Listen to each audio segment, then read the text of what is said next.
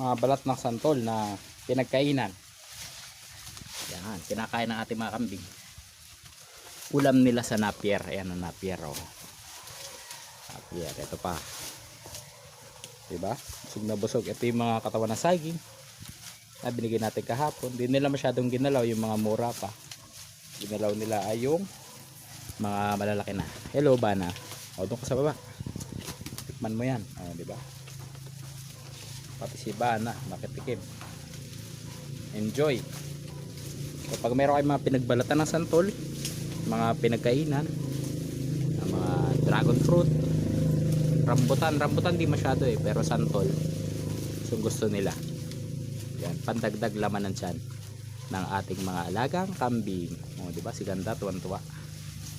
Yan lang. Happy goat racing sa lahat.